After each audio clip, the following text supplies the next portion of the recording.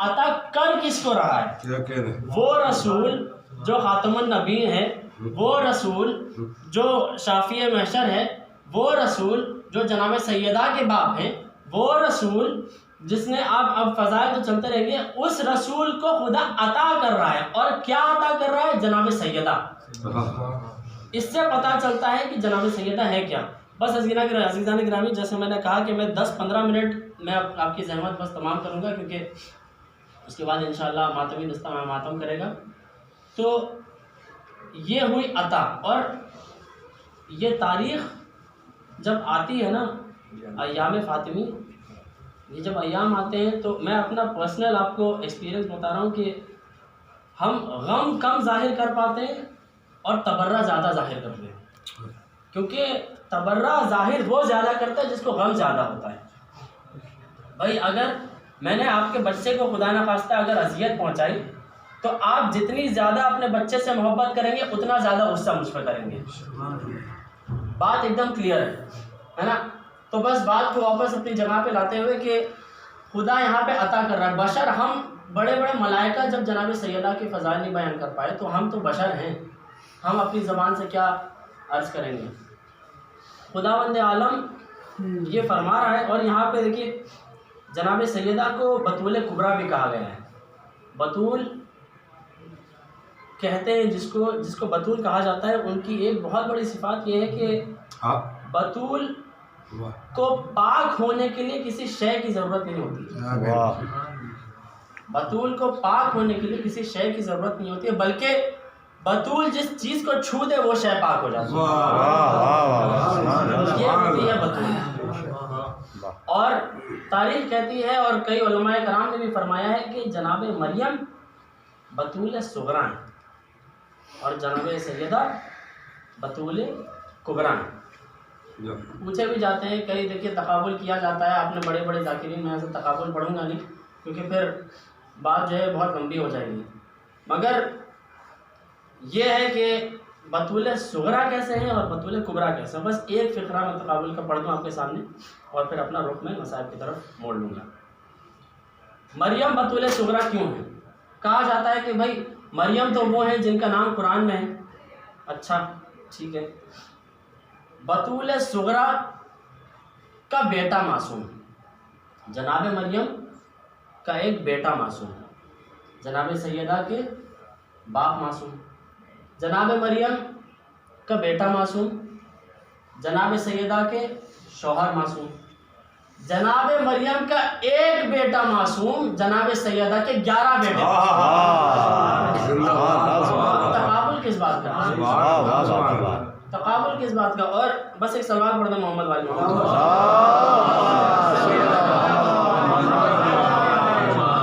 अभी भी अगर किसी को शक है कि बतूल सुगरा कौन है और बतूल कुबरा कौन है, तो उस दिन भैया आके आप देख लीजिएगा, जब मरियम का बेटा भी आएगा, सैयदा के बेटा मरियम के बेटे से कहेगा कि आप नमाज पढ़ाइए, और मरियम का बेटा कहेगा कि मेरी क्या हैसियत, मैं यहाँ से बात थोड़ी सी पीछे लेके आपके सामने अर्ज करता चलूँ। जो कहा जाता है ना कि अब हम तो भाई इमाम बाड़े में तो खुल के नाम ले लें कि जब ये पढ़ा जाता है कि उमर के पीछे या पीछे जो है रसूल ने नमाज पढ़ी, दूसरे खलीफा के पीछे कहा जाता है कि रसूल ने नमाज पढ़ी ना। अब उसकी सबसे बड़ी दलील ये है कि जब मरियम का बेटा भी मौजूद होगा, सैयदा का बेटा भी मौजूद होगा, जब ये कहा जाएगा मरियम के बेटे से कि आप नमाज पढ़ाइए, और मरियम का बेटा ये कहेगा कि मेरी क्या हैसियत आपके होते हुए मैं नमाज पढ़ाऊं, तो ये रसूल, ये जनाब ईसा दिखाना चाहते हैं कि रसूल का बेटा, सैयदा का बेटा, जनाब ज़हरा का बेटा, जब ईसा जैसे रसूल के पीछे, जब ईसा जैसे नबी के पीछे नमाज नहीं पढ़ सकता, तो सैयदा का बाप किसी खलीफा के पीछे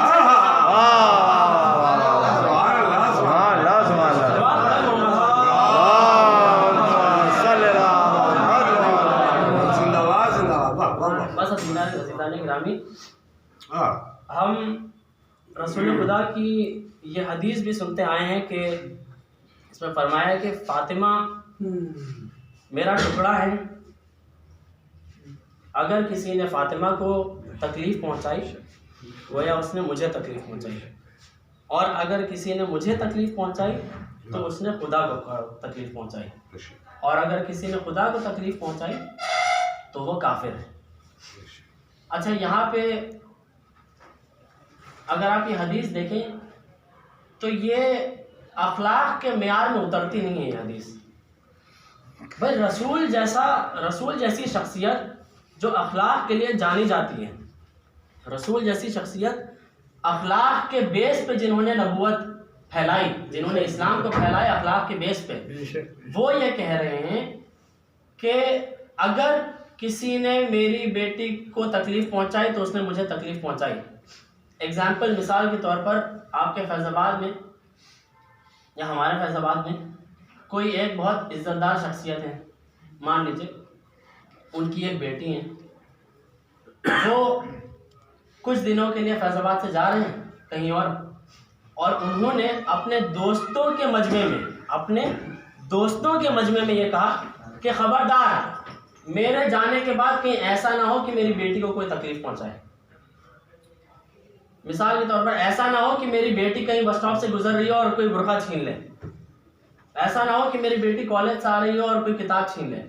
आप ये कहेंगे कि आप इतनी इज्जतदार शख्सियत हैं, आपका अखलाक जाना जाता है, ये आपके अखलाक पे उतरती नहीं है बात। आप तो दोस्तों के दरमियान हैं, आप ये क्यों, आप ये कह देते, रसूल ये कह देते कि देखना मेरे बाद सैयदा की इज्जत करना, देखना मेरे बाद अहले बैत का एहतराम करना, ये क्यों कहा कि मेरे बाद कोई तकलीफ़ ना पहुंचाए। यानी कि रसूल कहीं ना कहीं कहना चाह रहे थे कि तकलीफ़ पहुंचाने वाला इन्हीं सहाबा में से एक होगा, ये फरमाना चाह रहे थे। बस अज़ीज़ान गिरामी, जैसे कि मैंने कहा कि ये जो अय्याम है ना, इनमें हमको गम कम जाहिर करने का दिल चाहता है और बारात जाहिर करने का दिल ज़्यादा चाहता है। क्योंकि अगर किसी की माँ की पसली टूट जाए ना, तो वो बच्चा उस बच्चे से, उसके बेटे से अगर कहा जाए कि जिसने तुम्हारी माँ का कत्ल किया है उसके मानने वाले के साथ आप मिलजुल कर रहिए, तो ये हमसे नहीं हो पाएगा। ऊपर से हम कर लेंगे, मगर आप इत्तेहाद जो है हम कल्ब से नहीं कर पाएंगे। अज़ीज़ान गिरामी, जब जनाब सैयदा हक़ मांगने के लिए दरबार में दाखिल हुई तो अलग अलग रिवायत में अलग अलग टाइम लिखा है, अलग अलग वक्त लिखा है। कुछ रिवायत में लिखा है कि 4 घंटे दरबार में खड़ी रही, कुछ रिवायत में लिखा है कि 3 घंटा खड़ी रही, कुछ रिवायत में लिखा है 6 घंटा खड़ी रही। मगर जो मिनिमम लिखा है वो ये है कि जनाब सैयदा जैसी शख्सियत, आप सोचिए जनाब सैयदा जैसी शख्सियत 3 घंटे के लिए दरबार में खड़ी रही।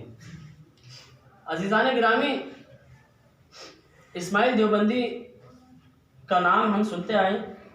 इस्माइल देवबंदी का मुनाजरा था एक गांव में, और जब ये गए तो पता चला कि मुनाजरे का जो मौजू है वो है बाग़ फ़िदक।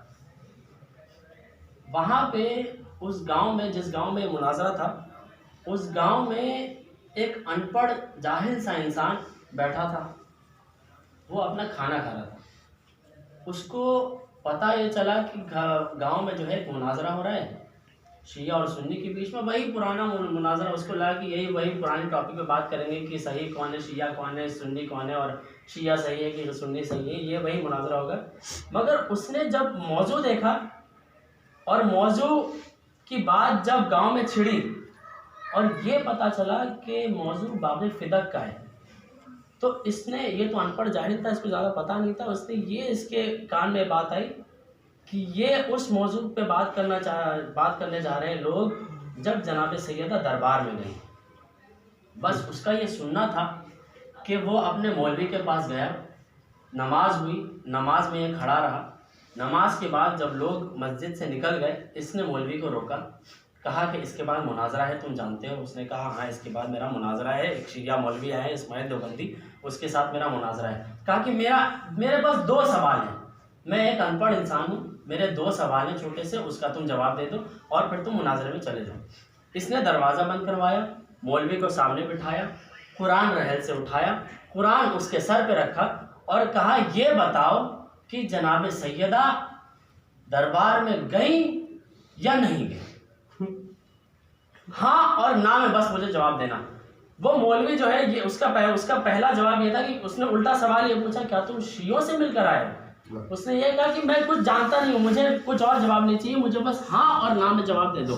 मैं छोटा सा सवाल करूँगा, छोटा सा जवाब दे दो, मैं लंबी गुफ्तगू का आदी नहीं हूँ। ये बताओ कि रसूल की बेटी, हुजूर की बेटी अबू बकर के दरबार में गई या नहीं गई? उसने कहा गई। बस इतना सुनना था कि उसने कहा कि अब मेरे अगले सवाल का जवाब दे दो कि खाली हाथ आई या हक मिला था? उसने कहा ऐसा है कि वो हक बनता नहीं था। उसने कहा मुझे लंबा जवाब नहीं चाहिए, बस मुझे इतना बता दो कि खाली हाथ लौटी या हक लेके लौटी? कहा कि नहीं, खाली हाथ लौटी। इतना सुनना था कि कुरान को गवाह बनाया, कहा कि बस मुनाजरा ख़त्म हो गया, ये कुरान मेरा गवाह है, आज से मैं शिया हूँ। ये मस्जिद का इसने दरवाज़ा खोला, मस्जिद के दरवाजे के बाहर इस्माइल देवबंदी बैठे थे, उनके सामने हाथ जोड़कर कहा, ए इस्माइल देवबंदी, आज से मैं शिया हूँ, आज से मैं ईमान लाता हूँ। मैंने अपने मौलवी से जब पूछा कि जनाब सैयदा हक मांगने के लिए दरबार में गई, तो उसने कहा कि हाँ दरबार में गई। मैंने जब उससे पूछा कि खाली हाथ लौटी या हक मिला था, तो इन्होंने कहा कि खाली हाथ लौटी। बस इस बिना पे मैं इस्लाम लाता हूँ, बस इस बिना पे मैं शिया होता हूँ। तो इस्माइल देवबंदी ने बहुत आराम से कहा, बहुत आहिस्ता से इससे कहा कि तेरे मौलवी ने तुझको ये तो बताया होगा ना कि जनाब सैयदा दरबार में गई, मगर ये नहीं बताया होगा कि कितने घंटे रुकी। तेरे मौलवी ने तुझे ये तो बताया होगा ना कि जनाब सैयदा दरबार में गई, मगर ये नहीं कहा होगा कि तेरी जनाब सैयदा को उसने झुठलाया। ये तो कहा होगा कि जनाब सैयदा खाली हाथ लौटी, मगर ये नहीं बताया तेरे मौलवी ने कि जब लौटी हैं तो बाल सियाह हुए कि बाल सफ़ेद हो गए। बस अजीज़ान गिरामी, जब जनाब सैयदा घर लौटी है ना, जनाब ज़ैनब और इमाम हुसैन में 1 साल का फ़र्क है।